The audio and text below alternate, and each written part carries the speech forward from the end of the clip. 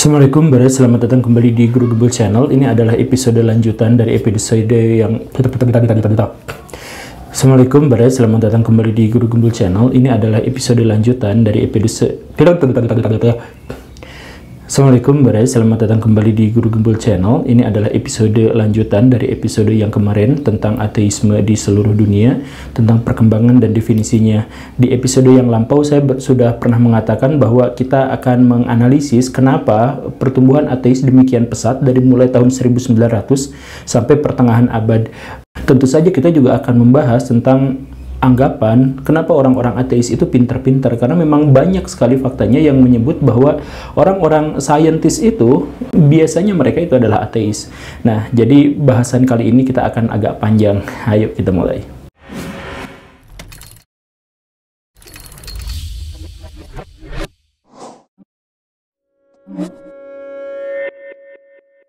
Baraya, apapun yang akan saya sampaikan di episode ini mungkin akan membuat kecewa beberapa kalangan agnostik dan ateis di Indonesia atau siapapun yang mendengar video ini. Tetapi ya, apapun itu saya akan sampaikan saja karena ini adalah bagian dari diskusi. Toh saya tidak pernah sama sekali pernah mengklaim kebenaran. Jadi kita mulai dari premis pertama yang banyak dipahami oleh orang, bahwa ateisme itu biasanya dianut oleh orang-orang yang cerdas atau orang-orang yang sudah sedemikian tercerahkan, biasanya akan lepas dari jeratan agama karena mereka sudah bisa mandiri secara intelektual. Pernyataan-pernyataan seperti ini juga banyak digelontorkan oleh filosof-filosof dari mulai abad Auf Klarung sampai yang kemarin aliran postmodern. Tapi saya sampaikan begini, Baraya, anggapan bahwa kebanyakan saintis itu ateis itu muncul dari anggapan yang lain, bahwa agama dan sains itu tidak bisa disatukan, atau bahkan mereka itu sesungguhnya memiliki banyak pertentangan, atau bahwa kebenaran mereka itu memiliki dua dimensi yang sangat berlainan. Nah, anggapan-anggapan seperti ini sesungguhnya tidak terlalu relevan karena agama itu interpretatif, Baraya, seperti yang sering saya sampaikan. Misalkan begini, orang-orang Kristen di zaman dulu itu menolak keras ajaran bahwa bumi itu bulat dan akan menghukum siapapun orang yang mengatakan hal yang demikian. Tetapi di zaman modern, ketika dunia atau bumi sudah disepakati bahwa bentuknya bola atau bulat, orang-orang Kristen tidak kehilangan dalil. Ternyata mereka menemukan ternyata di ayatnya ada yang menjelaskan bahwa bumi itu bulat. Nah, kenapa ayat itu tiba-tiba muncul hari ini? Kenapa di zaman dulu tidak seperti itu sehingga banyak kalangan gereja yang harus menghukum orang-orang yang mengatakan bumi itu bulat?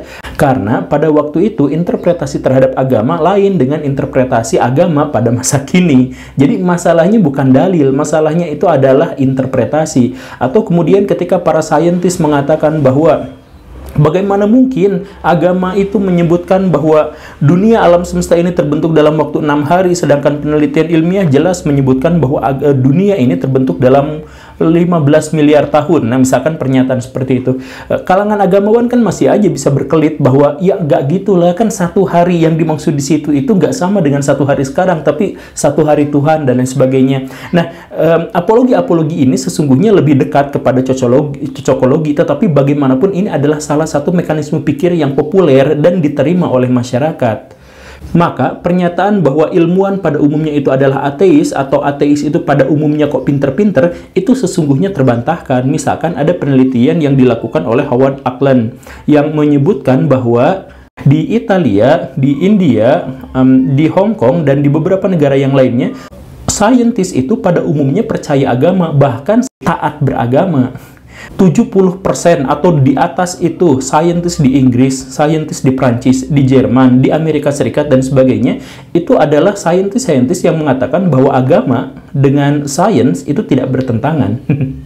Lalu kalau bukan sains yang jadi penyebabnya, lalu apa yang menyebabkan perkembangan ateisme itu begitu signifikan pada tahun 1900 sampai 1999? Jawaban yang paling sederhananya adalah memang sains. Tetapi bukan sains sebagai esensinya, melainkan sains sebagai lonjakannya. Baraya, satu hal yang harus digarisbawahi adalah bahwa tidak ada dalam sejarah peradaban manusia sebuah teknologi yang bisa bergerak secepat dari tahun 1900 sampai 1999. Ini revolusi yang benar-benar dahsyat. Bahkan revolusi industri akan ngumpet dan merasa malu disebut revolusi kalau melihat revolusi ilmu pengetahuan yang berkembang di abad ke-20. Jadi begini Baraya, apa yang saya sampaikan tadi, misalkan tentang pembelaan agama terhadap serangan-serangan sains, itu mungkin bisa disampaikan oleh orang-orang zaman now, tetapi tidak bisa disampaikan oleh orang tahun 1900-an, karena hentakannya. Misal saya jelaskan begini Baraya, ada anak manusia yang selama 20 tahun dikurung dalam pesantren, dia belajar nahwu sorof, dia belajar tata bahasa Arab, balaghah, dan lain sebagainya. Kemudian satu waktu dia keluar dari pesantrennya, dan dia hidup bebas di mana-mana. Dia mulai mengalami goncangan kan, lihat cewek-cewek seksi, lihat apa. Kemudian dia bergaul dengan orang-orang yang ateis misalkan. Mungkin kalau dia pertemuannya dengan orang-orang ateis itu bisa selama 1 tahun, dia bisa saja menjadi orang ateis dan bahkan ateis radikal yang menghujat agama-agama.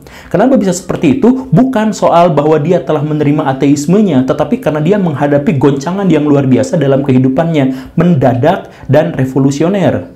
Itulah mungkin ini ya, kalau kita memberikan kepada dia kesempatan untuk belajar lagi beberapa waktu, mungkin dia akan kembali ke dalam ajaran agamanya, tetapi dengan cara yang lebih bijak, karena sudah ada pikiran-pikiran kompromistis.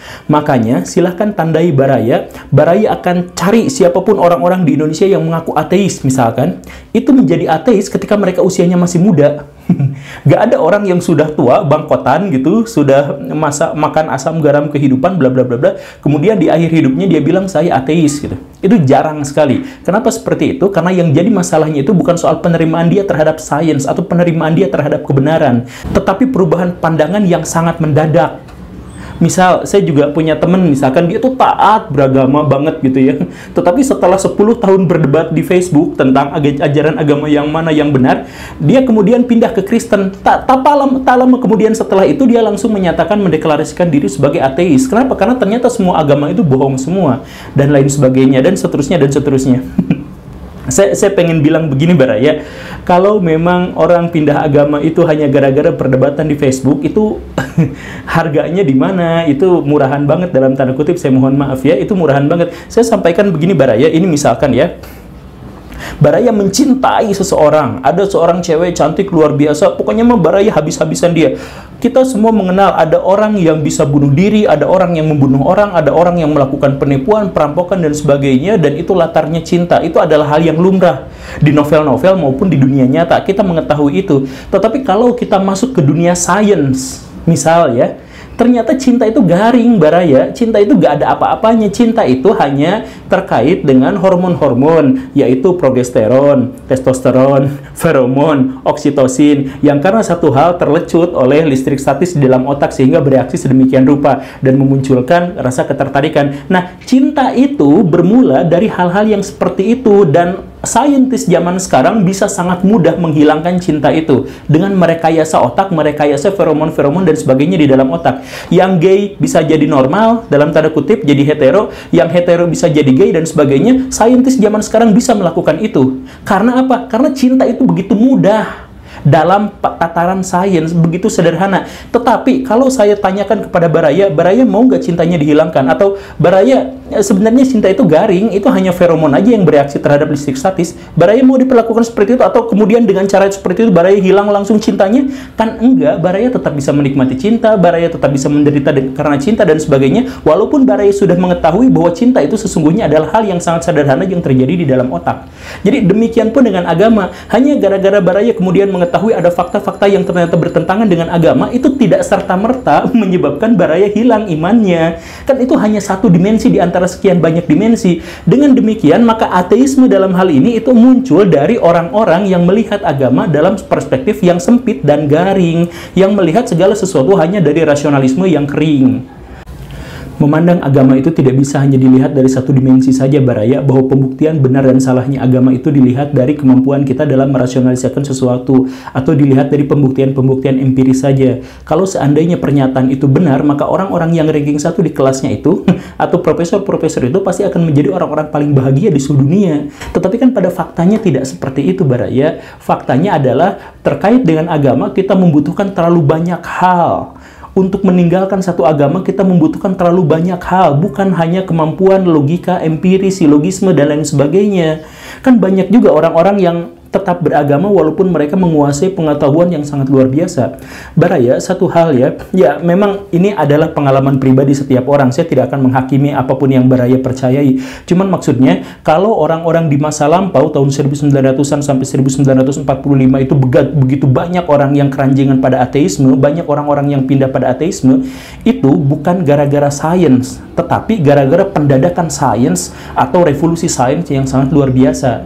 Begitu, itu kesimpulannya. Kemudian masalah yang kedua, apa yang menyebabkan ateisme itu berkembang sangat pesat di seluruh dunia pada tahun 1900 sampai 1945 dan kemudian masih berkembang sampai akhir abad 20 adalah gara-gara perang. Begini Baraya, di masa yang sangat-sangat lampau, orang beragama itu karena pengetahuan. Jadi sebaliknya dari apa yang kita pahami sekarang, bahwa awal mula dari peradaban dunia itu muncul bukan gara-gara sains, tapi gara-gara agama. Bahkan sains itu muncul gara-gara agama. Kita mengetahui situs-situs manusia purba paling kuno. Itu yang ditemukannya itu adalah bekas-bekas peninggalan hal-hal yang terkait dengan spiritualisme. Kita bisa menemukan dolmen, kita bisa menemukan menhir. Itu semua dibuat oleh manusia-manusia yang bahkan belum menciptakan tata pemerintahan, tetapi sudah mengenal hal-hal yang terkait dengan spiritualisme. Atau kalau Baraya misalkan main ke Mesir kuno, ke zamannya Seti, Tutankhamun, atau yang lain sebagainya, mereka menciptakan piramid dengan ilmu pengetahuan terkait dengan matematika dan astronomi yang sangat luar biasa. Itu gara-gara kepercayaan mereka terhadap dewa-dewi. Atau kalau Baraya misalkan menemukan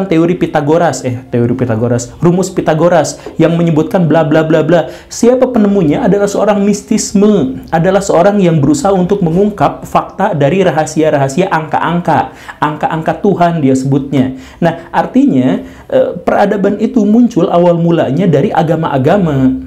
Kemudian di zaman modern itu ada perubahan. Ternyata ilmu pengetahuan itu mampu melampaui agama-agama. Ternyata pembuktian-pembuktian rasional dan empiris yang diketahui oleh orang-orang zaman modern itu telah menggugurkan klaim-klaim agama terdahulu.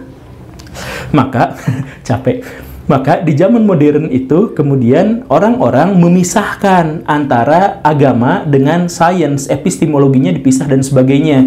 Jadi agama tidak lagi menjadi landasan logika, tetapi agama masih dipertahankan karena dia masih memiliki dimensi emosi. Seperti yang saya sampaikan tadi, agama itu tidak hanya terkait dengan sains dan pengetahuan, ada dimensi yang lain. Apa itu? Nah, sekarang kita bahas dimensi emosi. Manusia itu sangat membutuhkan agama karena satu hal, mungkin karena rasa takut terhadap kegelapan, mungkin rasa takut terhadap sesuatu yang belum dikenali dan sebagainya.